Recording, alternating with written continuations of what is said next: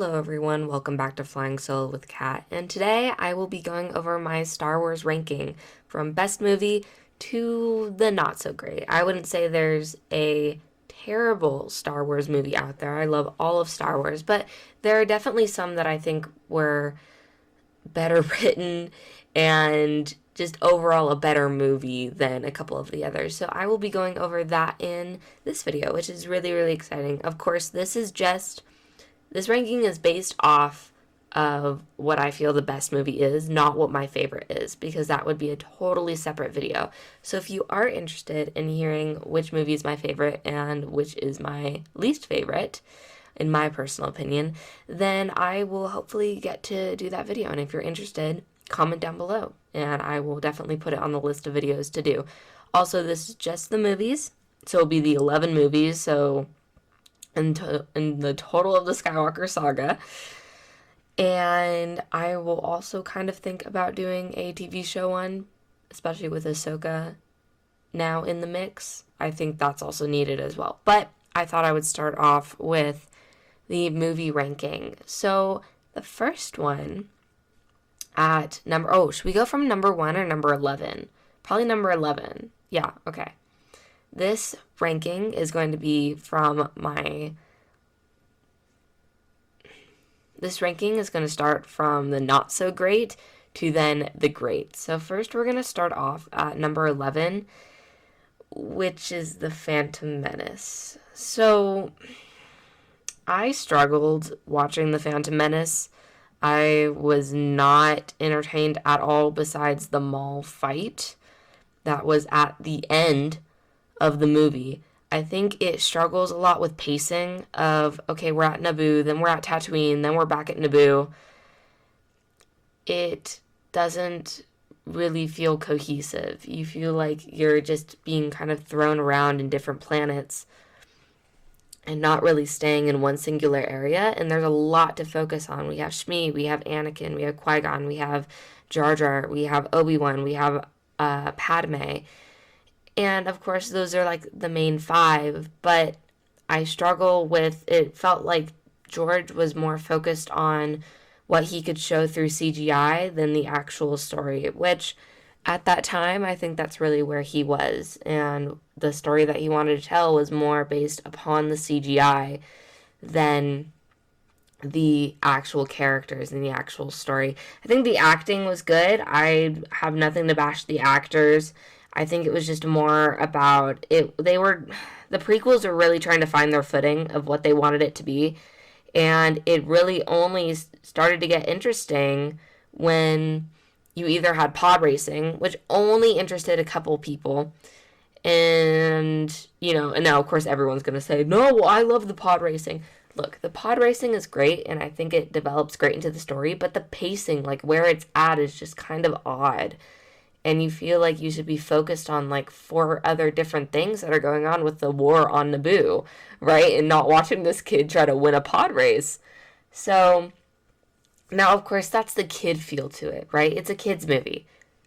As I go through my ranking, I'm going to rank these pretty hard, but these are kids' movies. I really don't care that much about them, but I just thought it'd be interesting content. So please take what I say with a grain of salt, because it's not that serious, and if you completely disagree with me, that's totally okay. I honestly kind of disagree with myself, but,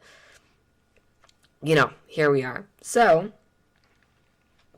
yeah, I struggled with The Phantom Menace. The pacing was just not great, and I was kind of just lost the entire time. It was not a great one. So that's at number 11. At 10 is The Rise of Skywalker, which shocked no one. And I think a lot of people are going to be mad at me that I put Rise of Skywalker before Phantom Menace. With Rise of Skywalker, it has a lot of great qualities. It does. But it also struggles with the same thing that Phantom Menace does, with pacing and developing characters in a meaningful way without just putting them characters from A to B and B to C. So it just felt, I don't know, it was lackluster. I think Also, it falls in line with... There were a lot of problems with Rise of Skywalker. Character... I mean, what? You just shoved Finn to the side, shoved Rose to the side for no reason. It was really sad. And that's... Every time someone brings up The Rise of Skywalker, that's one of the main points that people make, and people always get mad. Like, whatever, get over Finn. No. I'm sorry. Like, Last Jedi already did him dirty enough, and everyone was really excited for The Rise of Skywalker, thinking, okay, they're going to develop on his Force sensitivity. It's going to be a certain thing. No, they didn't. And then there was just a whole bunch of racial backlash, which then scared Lucasfilm for some reason. And the poster fiasco that happened. It was just... I really do feel bad for John Boyega, because I felt like he tried his hardest, and yet he got met with nothing. Same with Kelly Marie Tran, and the disrespect on her name that these two movies gave her. The fact that she was in all of the press tours, and we're thinking, and she couldn't say anything, but we're thinking, okay, Rose is going to get like a bigger role and maybe help Poe with the resistance. No. I think she actually had less screen time. No, she had, I think, 30 seconds more screen time than Hux, which is actually crazy to me because he was barely in that movie. So, and also a lot of scenes got cut that would have made the movie like a lot more cohesive, but they wanted to stick to like the 2.5 hour mark, which made no sense for me. You were ending an entire saga. Take as much time as you need. Also, the release date wasn't that great because you had, if I remember correctly, you had Endgame. You had Endgame in March. So everyone was on the Marvel brain. Everyone was still talking about Endgame, which was, that movie has a lot of problems too. But the entire consensus was that it was really good. And then you released Rise of Skywalker, and that was just, everyone bashed on it. Because they're going to talk about something that, people hate, so they get more traction, whatever, than what people like. So then everyone jumped on the hating the Rise of Skywalker train. I remember watching it in theater, and I remember just... I didn't feel angry. I definitely wasn't angry. But I think I was just kind of confused of like, okay, but like, why are they kissing? I don't understand that. And then why did Ben die? I think that was also my thing. I was like, why? I don't get it. Why did he die? So that was really frustrating for me. And there were a lot of problems in that movie. And... yeah, oh my god, character assassinations just left and right for a lot of these characters. You could tell the actors were struggling. They seem to have so much fun in The Last Jedi and even Force Awakens. And then you get to Rise of Skywalker, and this is where I kind of struggle with Poe as well, is he just seemed so negative and such a downer, which then made me kind of like a downer as well, and made me not want to watch the movie because Poe was just being sassy the whole time. And not the haha funny sassy, but like the disgruntled sassy. And it made sense for his character though. Someone brought this point up that he's lost so many people and he's, fought in this war and everything. Of course he's going to be a bit done. But I think Oscar Isaac was selling it a bit too much. And I think that he was really passionate about showing that Poe was just kind of done, and it felt like Oscar Isaac was done. Which just, I want the actors to have fun in the movie that they're filming and not struggle with it. And that was just a little sad to me, and I felt every actor looked amazing, though, in that movie. Oh my gosh, the costume designs in that movie, mwah, chef's kiss. Amazing. But pacing, overall story... as I was saying before, I think because Ryan had such an idea to take JJ's idea and he just crafted it into his own, which is fine by Ryan. I mean, it's his movie, right? But then JJ goes back and he's like, no, well, I was going to do Last Jedi like this and that, and it was going to develop more on that. So I'm just going to completely ignore what you did in The Last Jedi because everyone hated that movie. And I'm going to just do my own thing. But then because of that, you have Rise of Skywalker that does not really connect with The Last Jedi. And a lot of people were saying, well, Last Jedi doesn't connect with Force Awakens, which I partly agree with because of the pacing. The fleet battle on the Supremacy and everything is supposed to happen like 5 days after Starkiller Base. I'm sorry. Can we get like at least a year time skip? I don't understand why that was so, it had to be so close. It didn't really make any sense. It would have not affected the story whatsoever. But with between The Last Jedi and The Rise of Skywalker, there was like a year or two difference. They had like time. Rey had time to train. Kylo had time to do whatever the hell with his knights and find the Sith holocron and find Palpatine and all of that. So, it's just, I need to like do a deep dive into what actually fundamentally went wrong with that movie. Because it has great qualities. That's why I didn't put it last. It has really good qualities and decent writing. Just how it is executed and how certain things play out just does not match up with the trilogy. When you have a trilogy, you cannot just make one singular movie. You have to think about all the other movies involved with it. Pirates of the Caribbean 1, 2, and 3 is probably the best trilogy that I've seen. The Dark Knight trilogy comes in probably second, and maybe OT in third. But they are consecutive. They are singular movies, but they connect to each other and develop more on the story in different ways. And At World's End for Pirates of the Caribbean was one of the best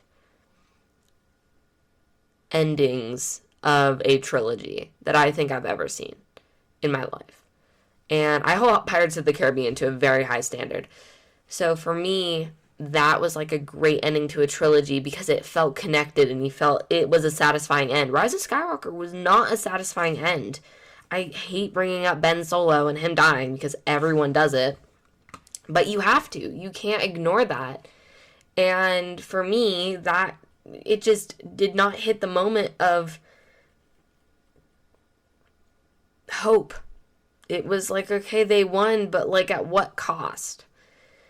And it was not a happy time. And yet they had Rey and Poe and Finn hugging each other, and it just seemed like, Rey, you just kissed your man's and he's dead now. Like, that doesn't, your dyad is gone. That doesn't seem to me like you would be celebrating and just happy that you're alive. I think that Finn, and little scene change, if you just had Rey come back and she like falls to the floor crying and everything, and then you have Poe and Finn like bring her up and into their arms and she's like crying and everything and they comfort her. Like, oh my gosh, that just, it would make her sense of distress a lot more meaningful. But also she's there with her friends and her friends will always be there to pick her back up and they'll get through it together. And that would lead me to feel more hopeful than her just being like, oh my gosh, we all survived, and then them hugging. Like, don't disrespect Ben Solo like that. Like, he's looking down on you in the Force and being like, why are you celebrating? You should be mourning my death. So, yeah. I won't even get... should I get into Hux as well? Y'all, I was not ready for what to happen to Hux in that movie. For one, just completely abused. I mean, this man went from commanding an army on Starkiller Base and screaming at the top of his lungs to kill the New Republic to Last Jedi, to where he's getting beaten down, but he's still kicking. Like, he will murder you if he gets the chance, but he's patient, right? And then you have Rise of Skywalker, to where he's like a little scared kitten that does not want to do anything, that will anger Kylo in any way, and also pride is like breathing down his neck, so he doesn't want to do anything. And it makes sense why he's a spy. This is nothing to do with him being the spy. I actually kind of like it, and I think that's good. People were all pissed, right, that Hux was the spy. Like, who would do that? Like, why would you do that? Can we go back to Alexander Callus, Agent Callus in Rebels? literally does the same thing. Now that's because, okay, that's also because like Zeb influenced him and everything, but like who's to say Hux didn't get influenced by Rose or Poe or whoever the hell? Like, I love fic writers because we could just write what didn't happen in, and it makes more sense for Hux being the spy. But even if you don't have that, it makes sense because he is being beaten down and abused and everything like that. But just him dying by his abuser, I talked about this in my first podcast. Just no, no, no. That's not how he's gonna go out. He's still alive. I'm betting on that. But it was just like scenes like that. It just felt like JJ was just throwing those in to throw them in and didn't have any thought or reason into how this will affect the character and how this will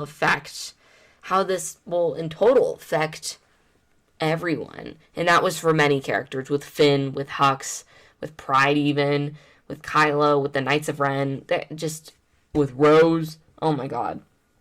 Really, really bad. I will stop talking about The Rise of Skywalker. We'll go on to number 9, which is A New Hope. I think A New Hope's actually really good. I think for what it is great. I think George was way more focused, though, on the droids of it and the sci-fi fantasy aspect of it with the Tatooine, and they really, really focused on, like, the droids and everything, the Star Destroyer and the Stormtroopers and all of that.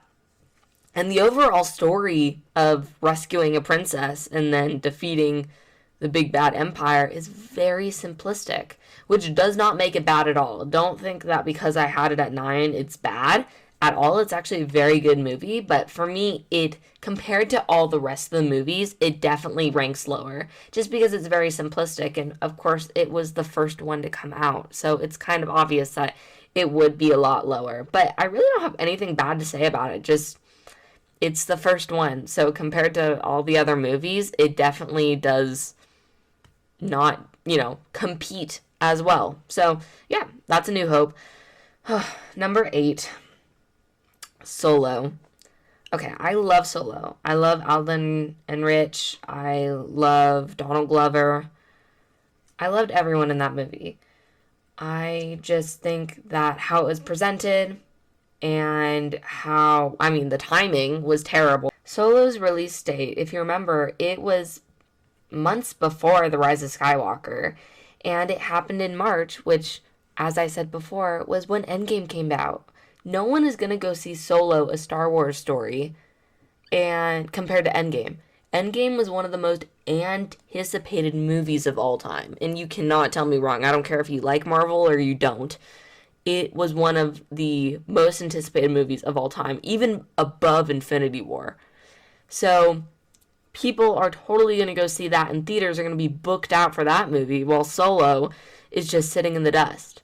And I get it, they wanted to release it before The Rise of Skywalker, but no.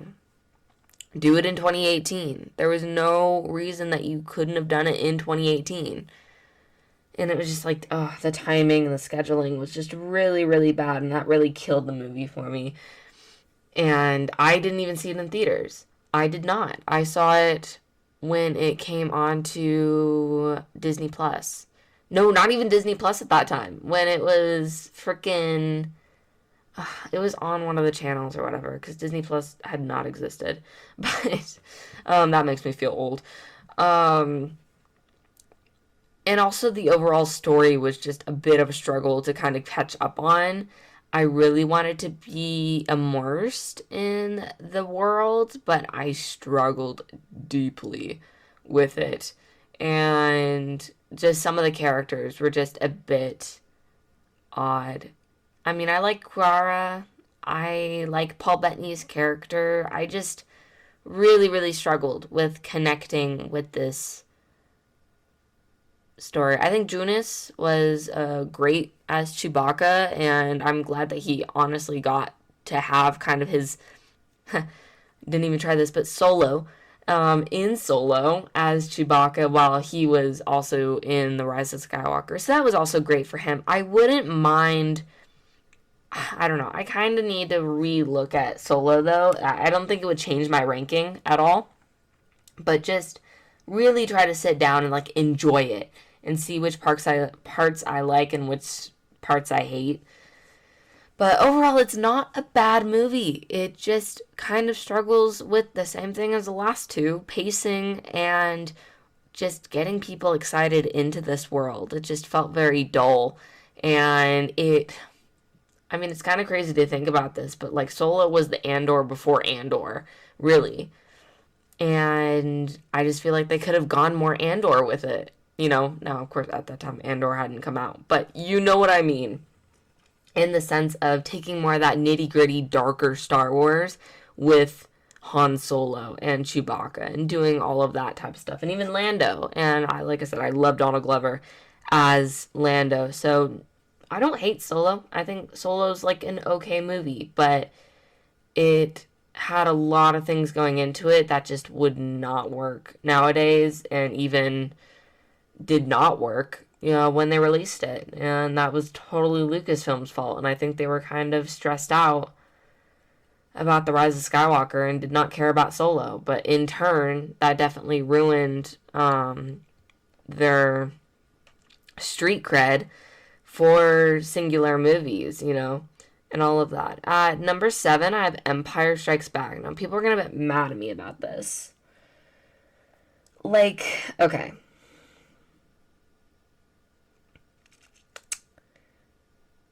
Empire Strikes Back is a great sequel to A New Hope. Amazing. It's great. And I think it does everything right. And I have nothing that I can hate about it. But it's very simplistic. Very, very, very simplistic. Having your hero go train with an older hero. And then in the end, he goes and saves his friends and everything. Very, very simplistic. I do think that the twist of Darth Vader being Luke's father, that was maybe one of the most iconic scenes in all of history. You can't deny that.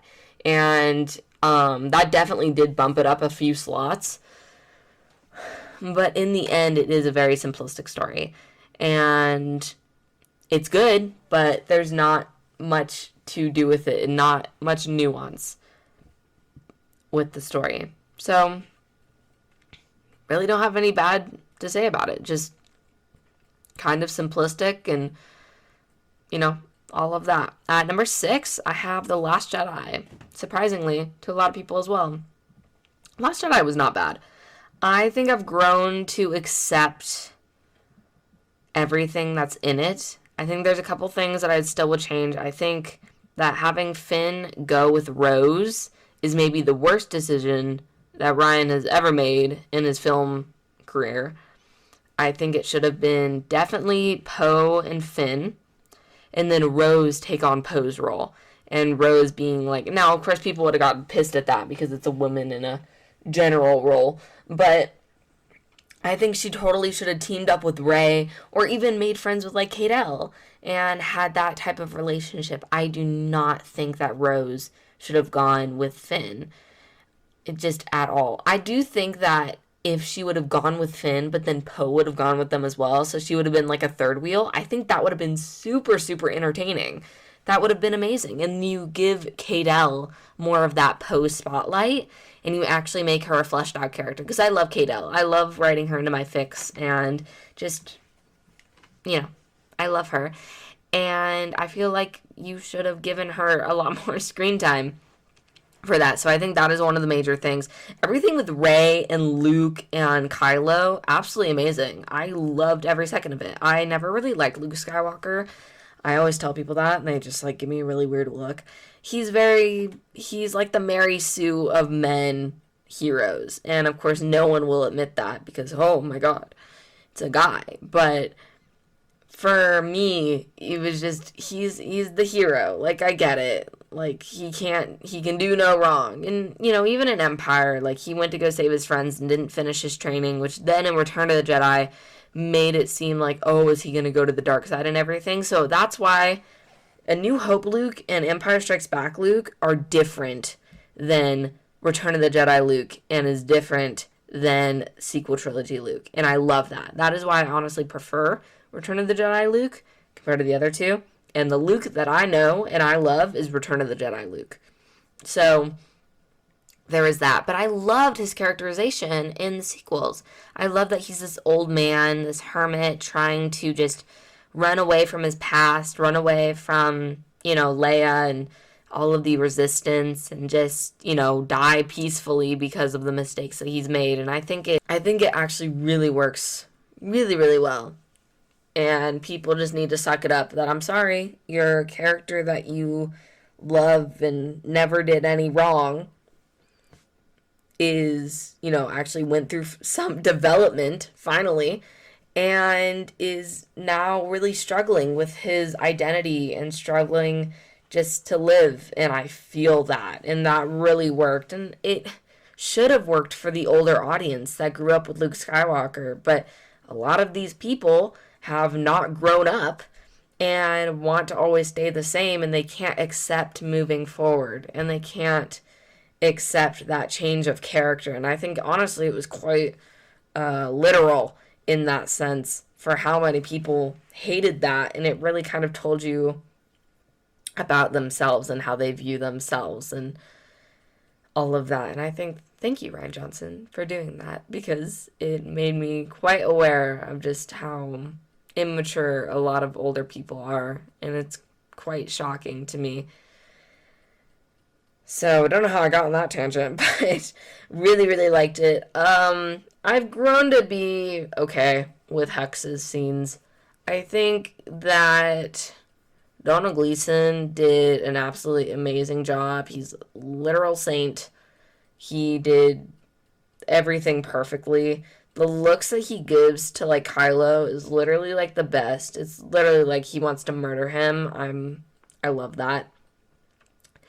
And especially for Snoke, calling him a rabid cur on a leash. Just, oh my god, it was so good. Oh my god. You felt like you got so much more development on him. I'm a little sad that we missed the bite scene with Rose and Hux. I know why it wouldn't have worked and why a lot of people would have been really, really mad. But, like, she would have bitten, like, a fascist. Like, that would have been great. Like, do it. So, I love that scene, though. I do think it's really, really good for certain reasons. But for what was actually shown in the movie, I think he was okay.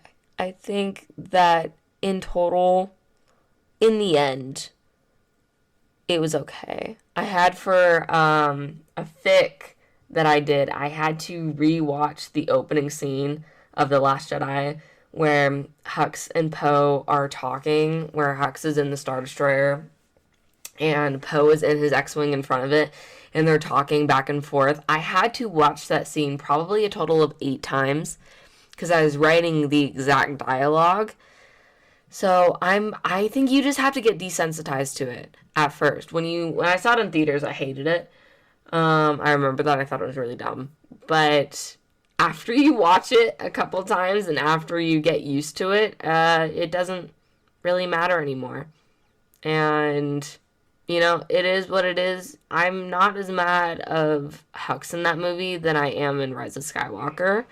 But also, when you watch Last Jedi, it actually makes more sense why he turned spy and why he did the things that he did, because he was being thrown around like a rag doll. And he looked really good in that movie, too. So, definitely, Last Jedi has issues, but it's so much more nuanced and it's interesting. It holds your attention, and you don't really know what's going to come next or what certain character is going to do. And I think its greatest crime is shoving John Boyega, away from Oscar Isaac and the bromance. And not for Kelly Marie Tran. I think she still should have been in that movie, and Rose should have had a separate character arc, because I love Rose. Rose is actually one of my favorite characters in the sequel trilogy.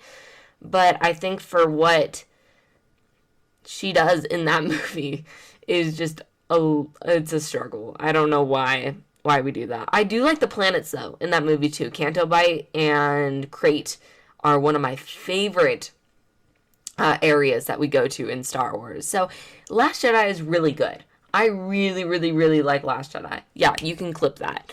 But It has issues, but it's nuanced. And definitely, I find myself watching The Last Jedi a lot more than The Rise of Skywalker, or a lot more than even Empire Strikes Back, just because it's different. And you get comedy, you get some really, really good scenes between Rey and Kylo, and it's overall it's a good movie. Yeah, I said that. It's a good movie. I think I've grown to accept that, but it's taken me a lot of years to really think about that.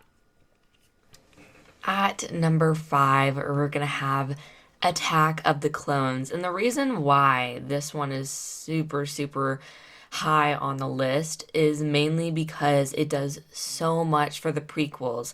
Now, of course, everyone sees that movie as baby boy, whiny Anakin trying to flirt and failing with Padme while Obi-Wan goes on an epic quest. And I feel like that's completely the point. And I'm sorry if you don't like that. It's completely understandable because it is a bit hard to watch because George Lucas writing is oh boy, it's not great.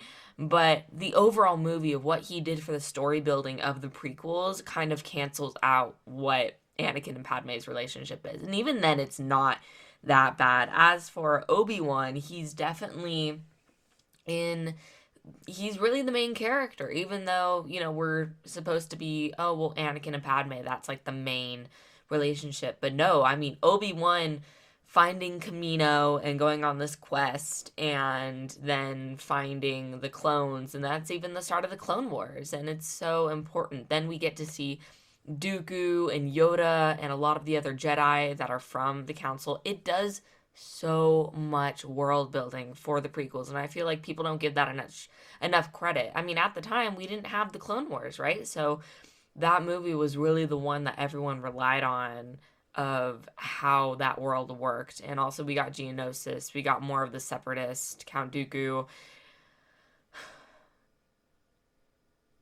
Poggle the Lesser. We even got to see a bit of Palpatine, and also we got more with um just the politics of Star Wars. Not a lot, I will say, but enough. Like I said, at the time we didn't have the Clone Wars TV show, so I feel like that movie just does a lot for the overall saga. But as a movie, I feel like the pacing is good. It handles a lot of the storylines quite well. I think the only thing that people really don't like about it is the dialogue. So other than that, I don't really have much to say about it. I think it's a really, really strong movie and actually really, really enjoyable, and I really, really like it. Really, really like it. So that's Attack of the Clones. In our number 4 spot, there's actually Revenge of the Sith. And the only reason I put Revenge of the Sith before Attack of the Clones is mainly just because of Anakin's turn to the dark side is one of the most tragic turns in any media. It is one of the most iconic.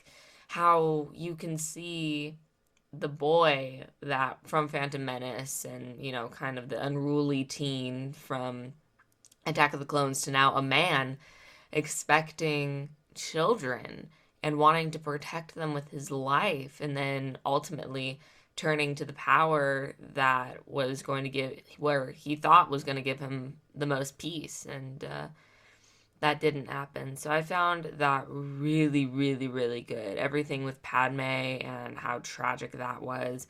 Obi-Wan wasn't really out there in this movie. It's why I didn't really put it in, the top 3 spots. I feel like for this, it really does focus mainly on Anakin and Padme's relationship, and mainly Anakin's turn to the dark side. And that's what it should be. I'm not saying Obi-Wan should be in it, but you do feel that lack of Obi-Wan that really you got in Attack of the Clones. And I do wish that we got more Obi-Annie content, but as for that, I think that overall the movie was very, very good, and you could tell it was planting the seeds for OT and why the Empire truly rose to power, and it made a lot of sense with Palpatine's plan. So overall, very good movie, and really liked it. Haha, I didn't say 2 release. Next, in our 3rd spot, we're in top 3 now. I have Rogue One. Rogue One At my first viewing, I felt indifferent about it. I honestly didn't really understand really where certain characters were coming from. I was like, well, where's the legacy characters? Now, of course, I was an idiot back then, so you know, I was just kind of I wasn't too into Star Wars at that time, I'll be completely honest. It was after Force Awakens came out and we were gearing up for the Last Jedi. But I was kind of like, okay, well, I just saw Force Awakens, but why? What? Who are these people? Why are they fighting for the Death Star? Now, I think it was like 2 years later, I rewatched it and I was like, oh, okay, okay. So Rogue One is wow, it's so good. It's really, really sad. And I think that's also kind of why I didn't like it. But I like that it focuses on the people that are not related to the Force because that's kind of what we did in the Skywalker saga. And it was kind of annoying. But with this movie, we really got to see the people that brought the Death Star plans to Leia and how A New Hope basically started off. I love the planets. The Battle of Scarif was one of the best conceptually done battles, I think, in Star Wars. I think it was really, really well done. Cassian was really good. Jin was amazing. I really, really liked Jin. Now, of course, us having Andor now, I do feel like I honestly care more about Cassian than I do Jin. Unfortunately, I feel like that's where the movie did kind of that's why it's in my number three spot, is because there were a lot of characters that I wish I could have known more about, and I'm hoping that we get more of them. But unfortunately, spoilers, they're dead. So that was really disappointing, but every actor worked off of each other so. The pacing was very, very well done, and I really appreciated the story that they were trying to tell with regular people trying to fight against the Empire. And I did feel that it made the Empire a bit more scary and with everything. And also the movie looks amazing. The cinematography was top notch. It was awesome. So Rogue One. Please go watch it. A lot of people kind of push it back because they don't see it as part of the true Skywalker saga, which they're kind of right. But when that one was amazing and then Solo just kind of fell under that, but Rogue One taking new characters I think worked better than taking old characters and making a new story out of them. So I really do hope that they do stuff like more stuff like Rogue One and Andor, and with that, and not always focusing about the Force because there's so many great stories that Star Wars can tell without the Force conceptually. Even though you had like Chirrup and Baze that still brought the Force into it, but that was because of their characters. It wasn't because, oh, well, I knew Luke Skywalker or whatever, which wouldn't have made sense because it was before A New Hope. And I think that's like the perfect time for them to make movies, and they did. And I really appreciate Rogue One being, you could literally watch Rogue One and then just turn on A New Hope, and there you go. And I really love that. In second place, we have Force Awakens. Now, a lot of people are going to get mad at this and say that conceptually it's just a copy of A New Hope and that definitely it's favoritism. I completely disagree. If you take the argument of it's exactly a carbon copy of A New Hope, which it truly kind of isn't, then what else do you have to argue against it? With this, the pacing is okay. It's good. I mean, there are a couple scenes I've watched it probably more than 10 times when you start to get to scenes and you're just like, oh my gosh, why is this important? I don't understand. Like, can we just move on to like the good moments? But with this, every character is fleshed out to their best abilities. We know their motivations fully. We don't have to ask, well, why is he doing this or why is he doing that? Which was kind of my thoughts in Rogue One, and why I put Force Awakens above Rogue One is Rogue One, I mean, Sheriff and Baze, of course, want to defeat the Empire, but why go with Jin and Cassian? It just, and then also Bodhi. I know he was the spy, but like, why? continue that. I don't know. I mean, people could say that, well, they wanted to fight against the Empire and stuff, but I was also like, I mean, yeah, but is there something more to that? And in Force Awakens, I feel like everyone's character motivations are completely set out. We know who the threat is. We know what Rey wants, what Finn wants, what Poe wants. We get introduced to the Resistance, the First Order. It's very simplistic, but even though that it's simplistic does not make it a bad movie. And that's why I feel like Force Awakens is one of the most underrated Star Wars movies ever. It does so much to reintroduce a new generation to these older characters and continues the story. Don't tell me well, I don't, see it necessary for them to continue the story. You're right. It wasn't because Disney made a deal to make another movie. But in canon, if they were to continue this story, time and life moves on, then this would be very much the way to go. And when we see stuff in The Mandalorian with stuff about the First Order and the New Republic, I think people are finally starting to understand actually the steps on which Force Awakens really push the boundaries of where this universe is going to go, and it is definitely not given enough credit for everything. You could say I'm a bit biased about it and that it's the best movie of the sequel trilogy just because of the characters, but truly at its core, it is a very, very well done movie. It doesn't matter if it's simplistic or not, it still tells a story very, very well, and the pacing is quite good. The cinematography, the music as well, pushes you back into that Star Wars universe after 20 years of not having an actual movie. At number 1, last but not least, Return of the Jedi.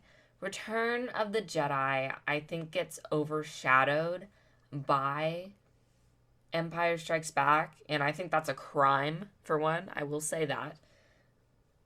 But Return of the Jedi shows Luke Skywalker not really knowing himself. He wants to, of course, defeat the Empire, but with this newfound knowledge that Darth Vader is his father, of course he wants to save him. That's my Luke Skywalker. And of course he finds out that Leia's his sister, and then he tells her that.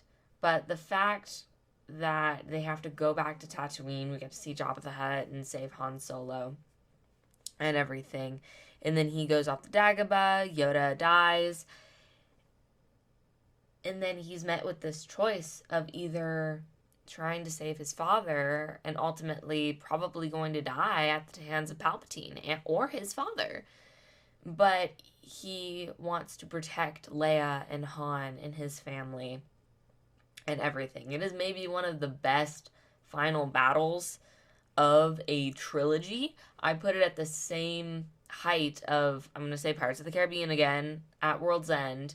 I think it's at the same height. The pacing, I've said pacing like 5 times and people are probably really annoyed with me, but that means so much in these movies because they're handling so many different characters and it really is important. But at the time, this was really truly the way to end off the trilogy. And at the time, it was the ending to the saga. And I think it ends on a pretty happy note. And I actually really like that. I think that Star Wars should end on happy notes because, for one, it's a kids movie. But as well, the whole Star Wars meaning is hope.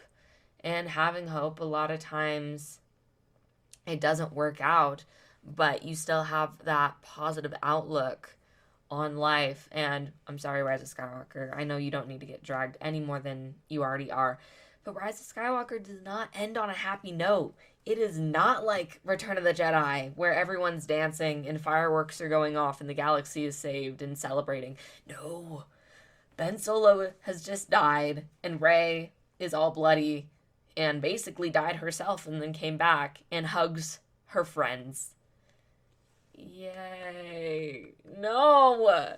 It's one of the worst endings to the saga, and that's why I hold Return of the Jedi in such high regard, because it really does give you a satisfying ending. I was privileged enough to go see Return of the Jedi in theaters, which I hadn't been able to before when it, ultimately released.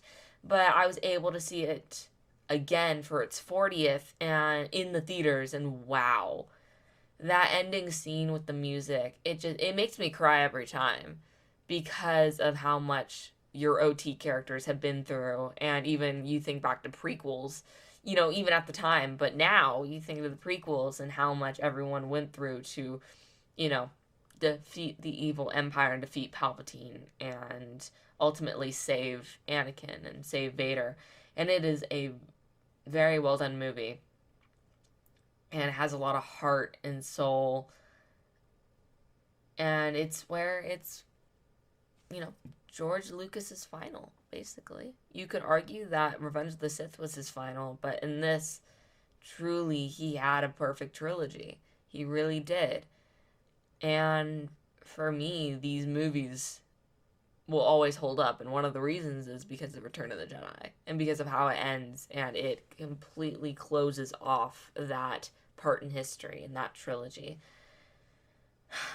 And of course, when I'm recording this, it is Carrie Fisher's birthday today. And I love going back and watching these movies. And for one, seeing her, but seeing all these actors. And it just makes me think, that no matter if people move on or if these actors move on, it will always stick with people. And Return of the Jedi really encompasses that of hope and getting to the end and celebration. And these movies are so much more than this little ranking of were they made well? Was the dialogue the best? Did I enjoy it or not? Was the pacing good? At the end of the day, though, they tell a very sacred story, no matter if you like it or not. And at their heart, the whole point of Star Wars is hope, and they have people helping other people. And I think no movie really shows that better than Return of the Jedi, and it will always stick with me. With that being said, that is going to be the end of my ranking. Let me know down in the comments if you want me to do the Star Wars TV shows next, which is very, very exciting. I've said very, very... Someone should do a counter on that, how many times I've said that in this video. I promise I will never say it again, and you guys can hold me to that. But have a great rest of your guys' day, and I will see you